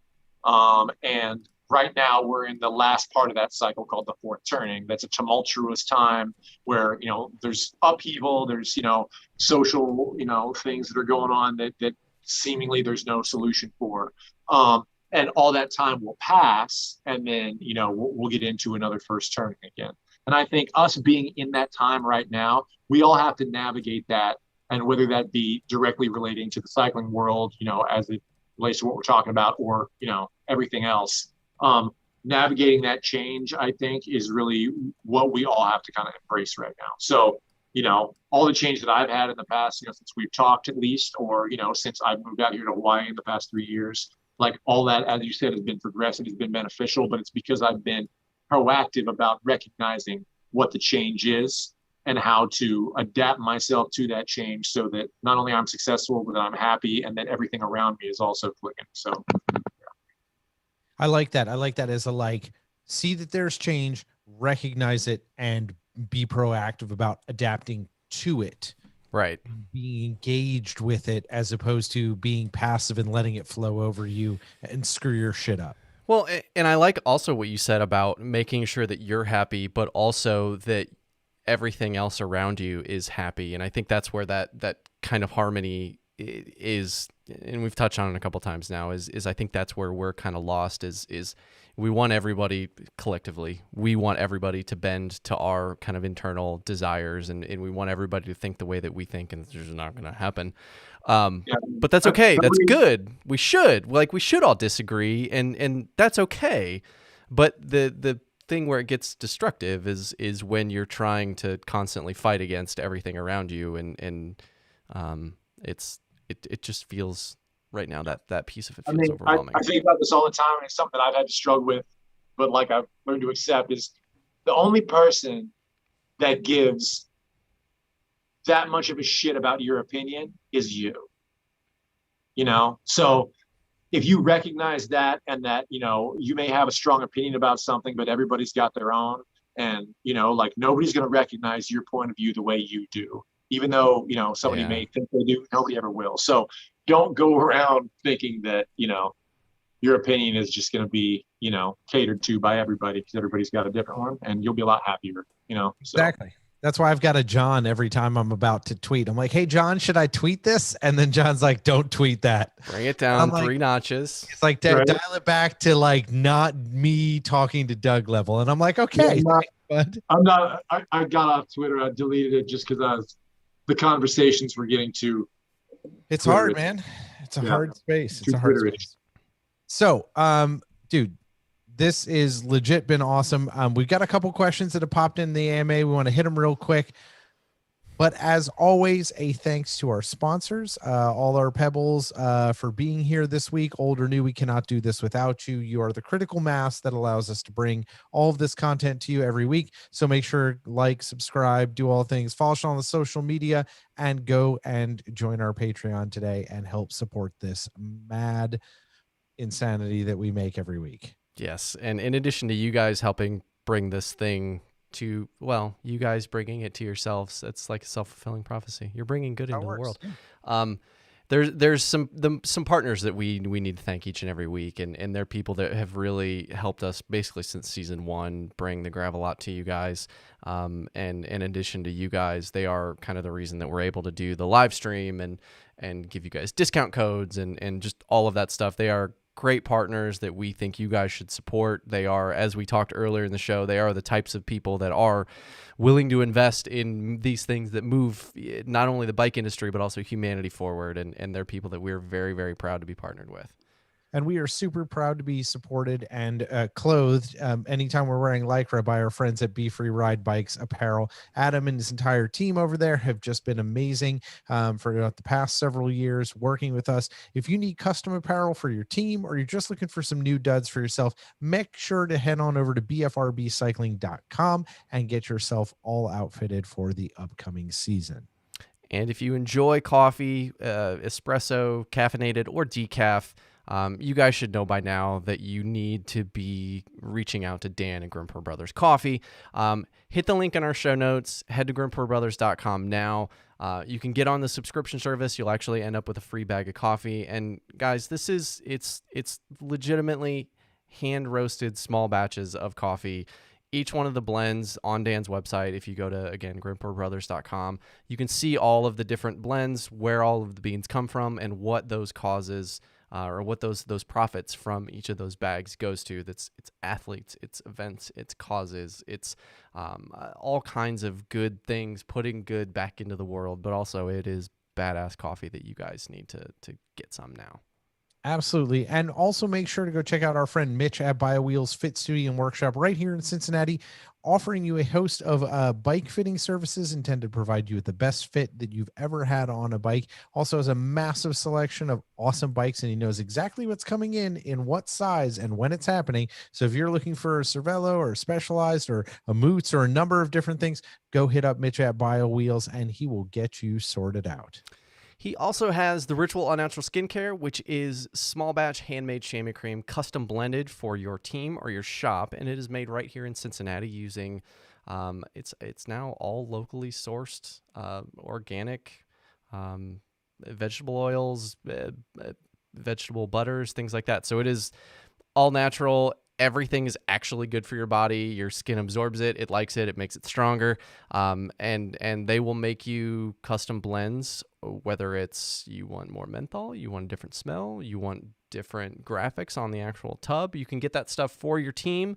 Or if you are a bike shop owner, you can get custom chamois cream for your shop as well that your customers will obviously love because they love you. So you guys can get a hold of us today to find out how to order your own custom blend of the Ritual All Natural Skincare. And also a massive thanks to our friends at Hand Up Gloves, doing awesome stuff with gloves and apparel. I live in their jorts whenever possible. We're getting snow tonight, so I'm not in their jorts currently, but jorts I would and tights. I almost wear jorts every podcast, even through the winter, except tonight it's going to snow, so that's not happening. But also, they are doing an awesome new program right now called Gloves for Good. They have an amazing Hopi glove, I believe, John, right? Correct? The Hopi Nation artist that did a custom set of gloves for them, and a whole bunch of all the proceeds from that are going to benefit an organization in the Southwest and support their mission. This is the sort of thing that we love about the companies that we work with, is they support people in a way that is outside of cycling and really care about their community. So check out Hand Up Gloves, click the link in the show notes and enter code Pebble $sign at checkouts to save yourself 10% off everything in your cart. So if you found us, you know by now that we're on all of the social medias. You guys found us somehow. If you want to go follow us on all those places, we are on Facebook, Twitter, Instagram, Twitch, LinkedIn, YouTube. Anything else? Am I missing anything? I don't think so. Okay. That's all. I always run out of whatever they are. Not TikTok, even though you want to be, and it's a weekly ongoing conversation. I'm working on my shuffle and my. Don't worry, it's the thing. All right, I don't care. You can do it. It's fine. You can run the account. So you could go to thegravelot.com as well. There you're going to be able to find all the old episodes of the Gravel Lot. You're also going to be able to find the latest episodes of Girls Moving Mountains, Pink Blue White, as well as the new episodes of the Bike Shop Show. So tons of content, and again, going back to you guys supporting us via Patreon as well as our partners, all of those projects are because you guys are donating to this. So there's a lot of things that we are trying to bring to the world to kind of give you guys some more content. Bi-weekly editorials from Pete Hitzman on the Beeline. You can find all those there too. There's a contact form. If you don't use social media, or if you don't want to reach out to us on social media at the Gravel Lot, you can use the contact form on the website to get a hold of us.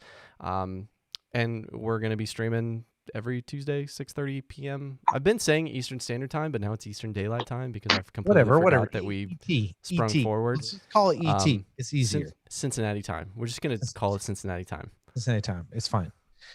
We can call whatever you want, but just follow us. That's all that really matters. When you get a notification that we're live, open it up and watch. Important. That's important. We appreciate that. So always, we've got awesome new intro and outro music this season from Waterboy. Make sure to check him out. Links in the show notes. Awesome tunes. Super stoked to have him aboard. Just love the vibe that he is bringing always. So, Ian, how you doing? Good? Yeah. Oh yeah. So there we go. Little surfer lingo time. We have a few AMA questions. We want to knock them out, and then we will let everyone get back onto their day. So I think this one is pretty good because we all have a story about it, and I think we can go around the horn on this one because this one's good. But what was your first tattoo? And for my interest always is, why did you choose that? So my first tattoo was a little Coco Pelli design. Coco Pelli's, I think you were just talking about Hopis actually, but he's a Hopi Indian. I think he's a fertility god or something. I don't know, but he played the fife, and it looked real cool. But anyway, the first time I went to Colorado, I think I was 16, and brought my bike and ripped around out there and loved it and everything. And I got a bracelet at some store in Breckenridge that had that Coco Pelli on it or whatever. So I lived in a college town, lived in Athens, as you guys know. And so I just went down to Art Apocalypse when I got back, and they said, "Are you 18?" And I said, "Yes, I'm 18." And I was 6'2" because I was a tall kid. So yeah, I just got he's 18, must be 40. It's fine. Yeah. This was back in the 40s. So anyway, so I just got this little Coco Pelli tattoo on my hip. And then, I think my parents found it probably maybe 6 months. You don't want anyone to see. Yeah, you can hide it. Yeah. And then, I think I waited till I was 18 before I started getting visible,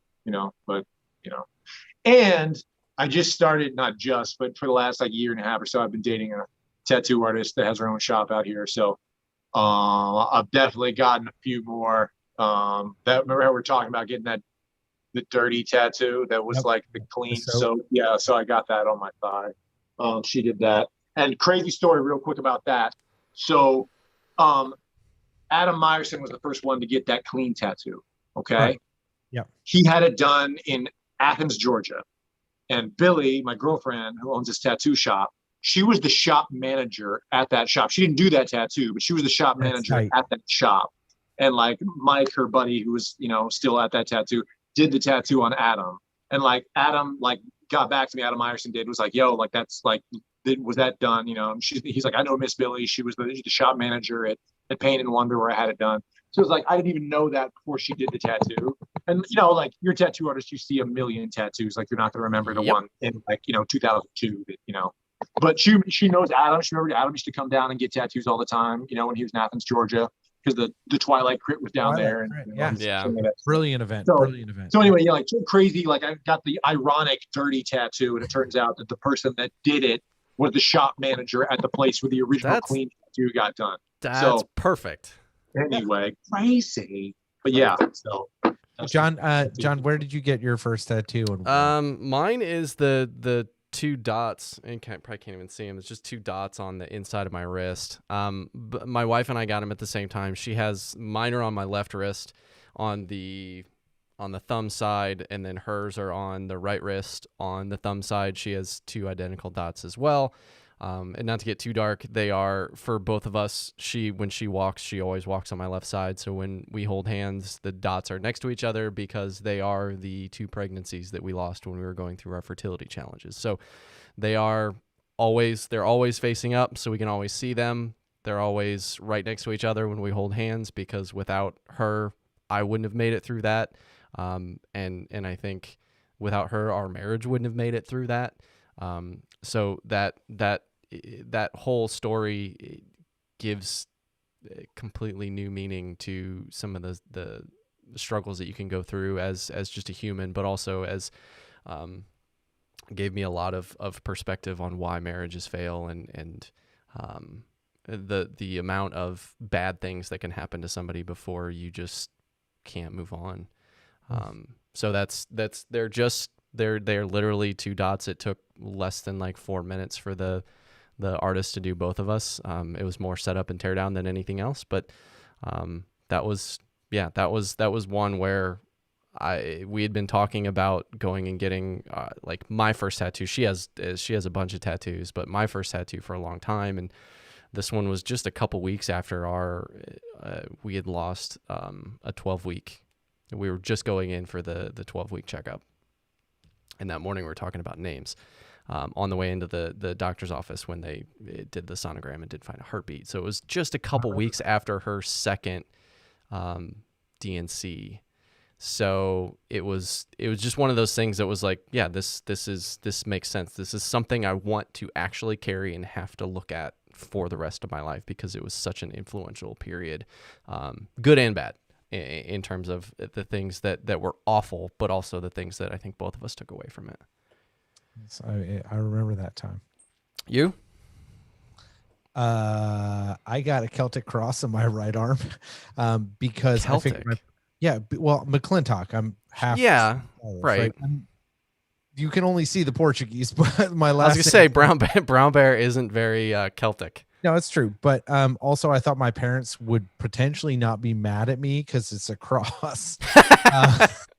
How old? I was 18 and I was playing in a ska band at the time, and my buddy who had turned 18, who was also playing in the ska band, he and I both went and got tattoos at the same time, and that's fine. I got away with it until I was home from my camp counselor job, and I was sleeping in the bed at home, and my sister came in and saw my tattoo and then tattled on me to my parents. And I was like, I hate you forever. And since then, it's just, I've gotten a ton of them. So yeah, there we go. So not as poignant as yours. But Ian and I have a far more common, hey, we made a decision tattoo situation. So, all right. This is an interesting one. Do you remember your first experience with an illicit substance? Allegedly. If you do, what was it? Yeah, I mean, I'm not going to count alcohol, clearly. No. I mean, but I do not. Yeah, I mean, I definitely used cannabis before I used anything else. But the more exciting story is the first time. Like I used cannabis the first time, and you definitely, some people don't have an effect really the first time, and some people get like go to the some space. People are the beginning scene of Half Baked. Yes. Yeah, and I definitely went to space. Yeah, I mean, I don't think it wasn't really anything too eventful. I think my buddy, I was with my friend who was with his dad's house, and he lived in one of those hippie communes up above like Amesville, Ohio, which is like southeast Ohio. Anyway, so we were in like a yurt, and like yeah, That's about, That's like you a know, guy. That's nothing like too guided crazy. That's meditation. perfect. That's good. Yeah. Yeah, exactly. No, it's definitely like you know, Athens, Ohio, Southeast Ohio, like hippies Yep. that like moved there in the '60s and then like dropped out of school and just moved up into the hills, and they I was just gonna make say, food. yeah, where you were, people in Athens call them hippies, whereas Yeah, they're everyone like, else in Ohio calls Athens where the hippies go. right. Yeah, They're like pretty out much. Yeah. foraging mushrooms. I got you. Point. Yeah, That's the Matthew Vanderpool of hippiedom is where you were. actually that place exists just north of Bloomington, Indiana. There's actual, I'm not kidding. There's an actual elf commune. Oh yeah. Look it up on the internet. There's an elf commune north of Sweet. Bloomington, Indiana. They're elves. Hmm. Serious. John, you want to grab the next one? Oh, we're not gonna. We're not. No, Gonna we do don't round- need to talk. Like, just look Okay. it up on the I internet. well, no, Just I thought we were called gonna do round Lothlorien. table, and then It's I was called I was Lothlorien. They're gonna elves. pass, and then I want to It's a hear. rabbit hole I don't have time for today. Correct. Yeah. The elf porn that's going on in northern Indiana. No one probably has any time for Ooh. that. Yeah. See, that's the drawback of googling. Yeah, There's the probably elf also a furry colony near Poughkeepsee somewhere, but we're not going to We're discuss not that going right to go to now. that. We're not going to go to that. details. All right. Okay. If not bikes, then what? Ooh, wow. Oh, goddamn. That's a tough That's an odd question. Like, if the bike wasn't there, like, Because I don't know. it was. I mean, it was part of like Yeah. your story towards like Yeah. the dark side. Yeah, But so I think like that's a tough one. I mean, I'm lucky to live in a place where you know, just hiking or trail running, like in the places that I can go do that here is enough that like I think if I couldn't ride bikes again, if I still had that, I think it'd be all right. But if this is like a bikes out of your life completely like situation, like I haven't lived that life since I was 11. You know what I mean? So I don't really have a context for like what that would look like. You know what I mean? So, Like, Right. so if you think about it more esoterically, like, is there anything that's captured your imagination in that same way? I mean, I honestly not in the same way, really. But anything That's valid. That's totally valid. yeah, anything that's kind of endurance related that you need to challenge, not yourself physically, just but how deep you can go in your mind and how far you can go just based on willing yourself there. Like if your body can't do it, can you keep doing it type of thing? Like anything that does that intrigues me, obviously. So yeah, I mean, I'm not a big, you know, like water person, you know what I mean? Like I do like to swim, but the ocean's so big out here. Like you just don't, it's not like being in a lake, you know what I mean? So like, you don't like, I'm not just like out there like kayaking and paddleboarding and shit. Like I'm not a water person. So, but I'm fascinated by anything having to do with, you know, endurance of that nature. You know what I mean? So things like that, anything that just is challenging your mind and body, you know what I mean? Like I'd be into for sure. But I just would rather do that on a bike, if you know what I'm saying. That might have just gone to the podium of like my favorite one-liners from this show of all time. Yeah. The ocean is pretty big out here. It's pretty big. Oh no, it's nuts, dude. It's nuts. It's not like there's places where like if you go out 30 feet, you're in the channel and you're just go like bye. Like you're just right. It like welcome to Japan. Yeah, yeah. It's hard to wrap your head around it, but like for like the way that I think about it is like to literally show how far it is. If you have a globe, Hawaii is far enough away that you actually have to spin the globe correct to like find it. It's that like it's. I mean, it's the most remote populated place on the planet. Yes. So there's like the Kerguelen Islands are like more remote, but there's like nobody living there. You know what I mean? So it's like we're the most remote populated place on the planet. You know, leave it to America to find the most strategically placed, colonize the crap out. Right. Collection of volcanoes, and be like, this is ours. Yeah, we learned from the English. We've done a brilliant job. Flag. We still can't get off their nuts and worry about who died over there. Jesus. All right. So I think the most important question, I think our final AMA question is about our good friend Najee. So you have a new dog in your life. Najee is your dude.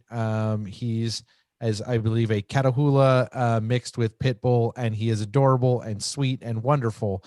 But of that situation, how has having a dog like as a responsibility changed your life? Well, it's been nice. I've always had dogs growing up, and when I Sure, moved yeah. out here, I had 3 dogs that I left in Seattle with my ex, and they were all like old dogs. Like we had them for like 8 years together. So just based on they have animal quarantine rules out here, and splitting those dogs up at that age just didn't Can't seem like split a a good pack. move or Yeah, whatever. split a pack. And so in that span of 3 years, like all 3 of them have passed. So I haven't really entertained getting a dog because I still kind of felt like I still had dogs, even though I would see them once a year. You know what I mean? Sure. So it was about puppy time. You know what I mean? And my good friend and I both got him and his sister, Najee and his sister at the same time. So it was about time to get a new one. And I was pretty prepared for it. He's been a pretty good puppy, but more than anything, it's just kind of that dog companionship. I live by myself. So kind of having something that when you get home is more stoked to see you than like anybody's ever been stoked to see you in their entire life. But it's every day. Like that's a boost. And I'm also a dog person too. So me not having my own dog when I first moved out here was kind of like it's definitely something I wanted to do, but I want to make sure the time was right. And, so but yeah, no, it's been great. He's awesome. He's super cute. He's like He's cute.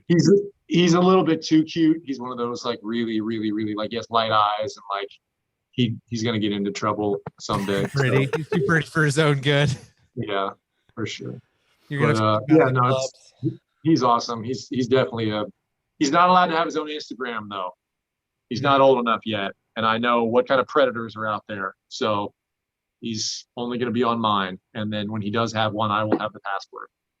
That's how this works. Once he gets to a certain age, then you're like, all right, you're allowed to go on the internet, Najee, but like you have these following rules, not between like 10 p.m. and 8 a.m. I'm going to take your phone. It's going to be in my room.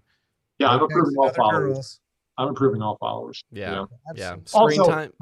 Having an Instagram for your dog, that's just a low-key way to spy on people, is all that is. Legit though. I have a burner Instagram account. You know what I mean? Yeah. Like don't do that. Like nobody's that interested in your dog. You just want to see what your ex is up to. That's pretty much what dog Instagram accounts are. I think that is definitely God. It totally See, my brain doesn't even work that way. Like that's all new knowledge to me. I'm like, oh, that's smart. You haven't been hurt like us, John. Maybe. Maybe. It's an offline conversation. Different hurts. Yeah, different, less Instagram related hurts, but that's okay. Yeah, I got most of mine out of the way before social media really ramped up. You lucky bastard. You lucky bastard. Yeah. MySpace. That was where I had to do my stalking. You and Tom. Yeah, me and my buddy Tom. Yeah. Dude, Ian, this has been awesome. It has been good catching up with you. We've talked a lot through what you're up to. Everybody, Pebbles, make sure you go follow Ian on all the social medias. We will link out to all the things that are happening with the Mana project and what's going on with that, and all that you guys are doing with Mana Miles. Like, we are really excited to see you and TJ go out and conquer this thing, and we'll all be following along. So everybody, Pebbles, make sure you go do that. But thank you for being here tonight. This has been absolutely awesome. Yeah, man. You guys need to get out here sometime soon now that we're all vaccinated and whatnot. Get on a plane and come visit. Well, Ellen and Doug's I, working on it. Yeah, in August we're working on it. Maybe as a honeymoon time. I'd like to come see some tropical beasts. I got you, including Najee. We want to see Najee the tropical. Bigger by then for sure. Yeah, indeed, for sure. So everybody, thank you for joining us this week. That is all for this week. Be sure to subscribe, follow, and engage, because as you know, decisions and trails are made by those who show up. So we don't see you this week. We'll see you next time. Thanks much. Bye, John. Bye, Doug.